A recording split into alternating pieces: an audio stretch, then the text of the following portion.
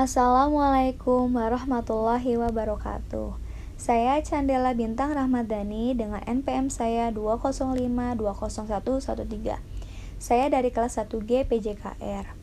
Di sini saya akan mendeskripsikan dan menjelaskan mengenai sel, unit dasar struktural dan fungsionalnya. Apa saja yang akan saya bahas mengenai sel, yaitu pengertian sel, yang kedua, karakteristik umum sel, dan yang ketiga, bagian-bagian dan fungsional sel.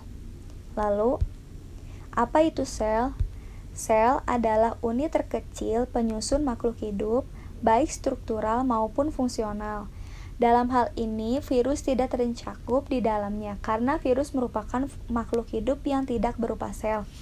Berdasarkan jumlah selnya, makhluk hidup digolongkan menjadi makhluk hidup uniseluler atau bersel tunggal dan makhluk hidup multiseluler. Selanjutnya, ada karakteristik umum dari sel. Apa saja itu?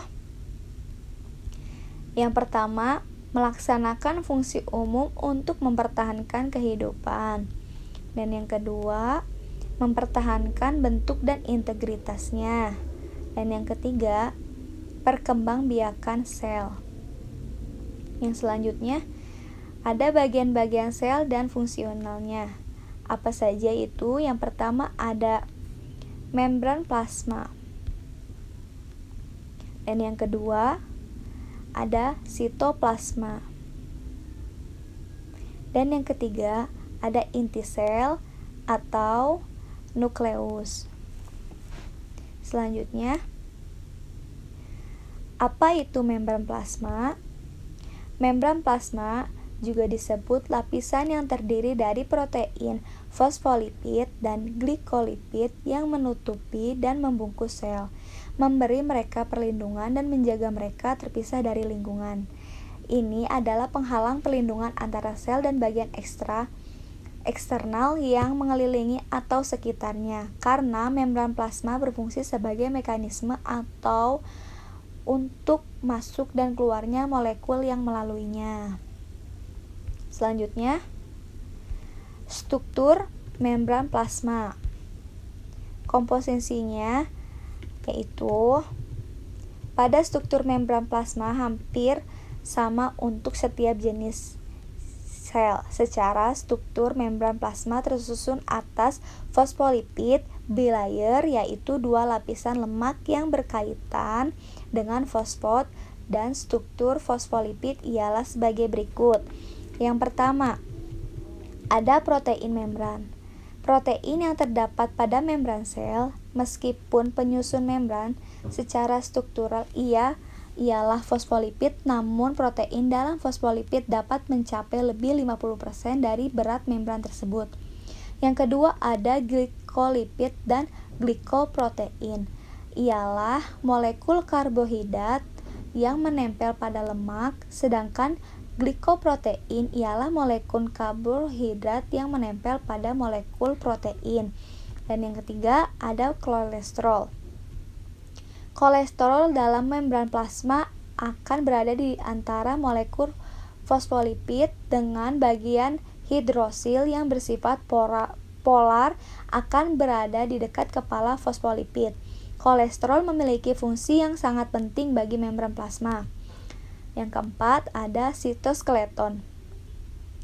Sitoskeleton atau tulangnya sel berguna untuk mempertahankan bentuk sel dan posisi organel sel.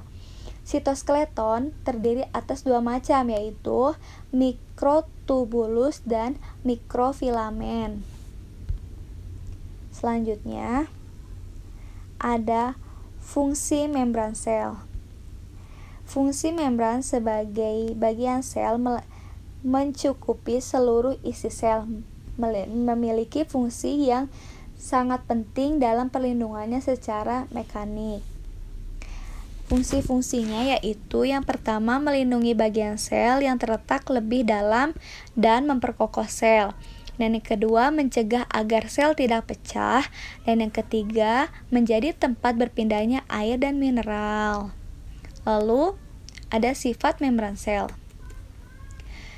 Sifat membran sel utama membran sel adalah sangat dinamis. Yang kedua, sifat membran yang tergantung pada strukturnya.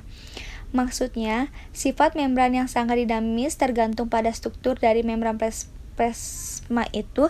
Sebagai contoh sifat membran yang tergantung pada strukturnya adalah dua lapisan lemak yang menyusun membran atau lipid bilayer. Selanjutnya, apa itu sitoplasma? Sitoplasma merupakan bagian sel yang terlindungi oleh membran sel. Sitoplasma ini berbentuk cairan pada sel yang terbungkus membran sel. Masing-masing sel mempunyai sitoplasma, tetapi struktur sitoplasma antar sel tetaplah tidak sama satu dengan yang lainnya, sesuai dengan fungsi sel tersebut. Pada sitoplasma ada sitoskeleton, berbagai organel dan vesikuli, dan juga sitosol yang berbentuk cairan, tempat organel melayang-layang di dalamnya. 70-90% sitoplasma adalah cairan yang tidak berwarna, sisanya adalah sitoskeleton atau rangka sel dan berbagai organel. Lalu, fungsi pada sitoplasma tersebut apa saja? Yang pertama, tempat berlangsungnya metabolisme dan sintesis dengan cara suatu reaksi kimia. Dan yang kedua, untuk perantara transportasi zat dari luar sel ke organel atau inti sel. Dan yang ketiga, sebagai tempat penyimpan nutrisi dan berbagai zat kimia yang dapat dipakai untuk proses metabolisme sel. Dan yang keempat, sebagai pelarut untuk seluruh protein dan senyawa pada sel. Selanjutnya, ada struktur dan bagian-bagian sitoplasma. 70-90% bagian pada sitoplasma adalah sitosol, yakni cairan yang tidak memiliki warna.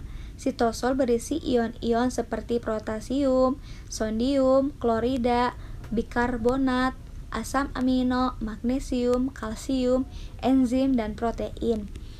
Sitoplasma terdiri atas 3 struktur utama, yaitu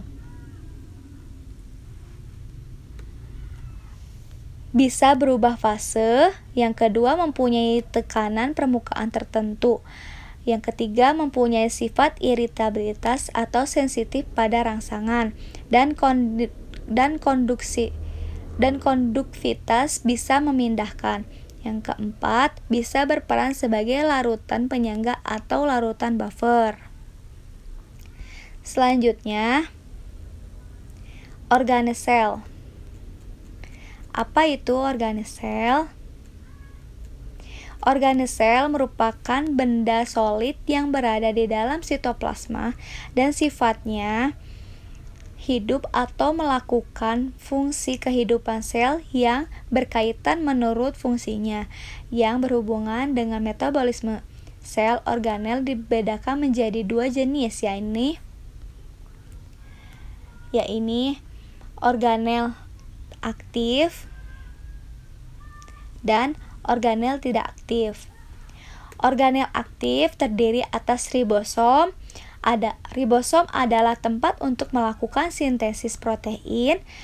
Dan yang kedua ada mitokondria, memiliki fungsi dalam proses oksidasi dan mualisasi. Dan yang ketiga ada retikulum endoplasma, dibedakan menjadi 2, yaitu retikulum endoplasma kasar sebagai tempat melekatnya ribosom, dan yang kedua ada retikulum endoplasma halus. Keempat, ada aparatus Golgi atau badan Golgi, fungsinya secara aktif dalam sekresi dan sintetis polisakarida. Dan yang kelima ada lisosom. Lisosom memiliki peran dalam proses matinya sel-sel. Dan yang keenam ada vakuola atau gelembung, memiliki fungsi dalam penyimpanan zat makanan. Yang selanjutnya, organel tidak aktif, terdiri dari sentriol, mikrotubuli, fibril, dan mikrobodi.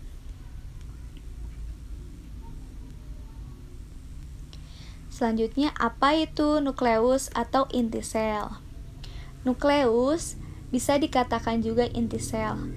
Nukleus adalah bagian sel yang fungsinya sebagai pengendali atau pusat perintah kegiatan sel. Karena pada nukleus ditemukan benang-benang kromosom, sel-sel terhadap biasanya memiliki satu nukleus inti, tetapi sesuai fungsinya. Ditemukan juga sel yang memiliki dua bahan lebih nukleus inti. Cairan ini tersusun atas air, protein, dan mineral. Kromosom merupakan pembawa sifat menurun yang di dalamnya terdapat DNA dan RNA. Selanjutnya, ada fungsi-fungsi nukleus. Apa saja itu? Yang pertama, pusat pengendalian seluruh kegiatan suatu sel. Dan yang kedua, inti sel sebagai tempat penyimpan informasi genetik. Yang ketiga, sebagai tempat penyimpan protein. Dan yang keempat, mengatur pertukaran molekul antara inti dengan bagian sel yang lainnya. Yang kelima, berperan dalam proses pembelahan sel. Dan yang keenam, tempat terjadinya replikasi dan transkrip DNA. Lalu, jenis-jenis nukleus. Apa saja itu? Yang pertama, ada sel mononukleat. Apa sih itu sel mononukleat? Sel mononukleat itu sesuai dengan namanya, mono artinya satu. Jadi sel mononukleat merupakan salah satu sel yang hanya memiliki satu inti sel. Kebanyakan sel hewan dan tumbuhan hanya memiliki atau mempunyai satu inti sel saja. Dan yang kedua, ada sel multinukleat. Apa sih sel multinukleat itu? Sel multinukleat merupakan sel yang memiliki lebih dari satu nukleus. Dan yang kedua, untuk sel yang intinya dua disebut sel binukleat. Dan yang ketiga, sedangkan untuk sel yang intinya lebih dari dua disebut sel polinukleat. Yang selanjutnya, ada struktur dan bagian-bagian nukleus.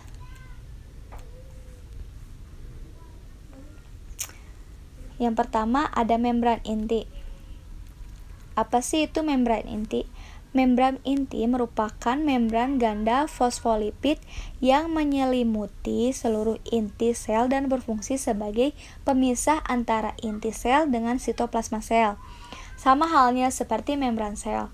Membran inti juga berperan untuk mengatur proses pertukaran zat ini dalam inti sel dengan di luar inti sel.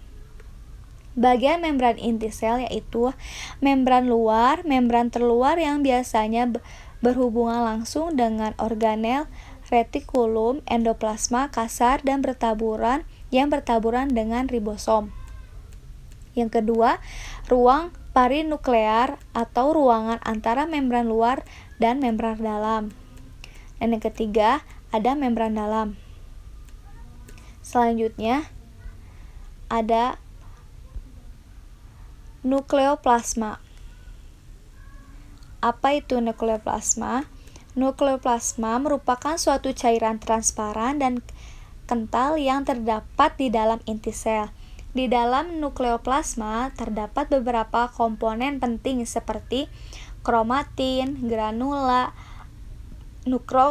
nukleoprotein, dan senyawa kimia kompleks. Fungsi dari cairan nukleoplasma kurang lebih sama dengan fungsi sitoplasma. Dan yang ketiga, ada nukleus. Apa sih itu nukleus atau anak inti?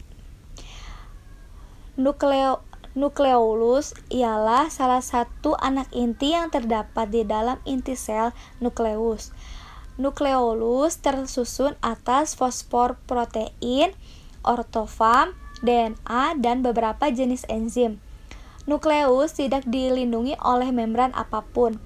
Nukleolus berfungsi untuk mensintesis RNA dan membuat ribosom.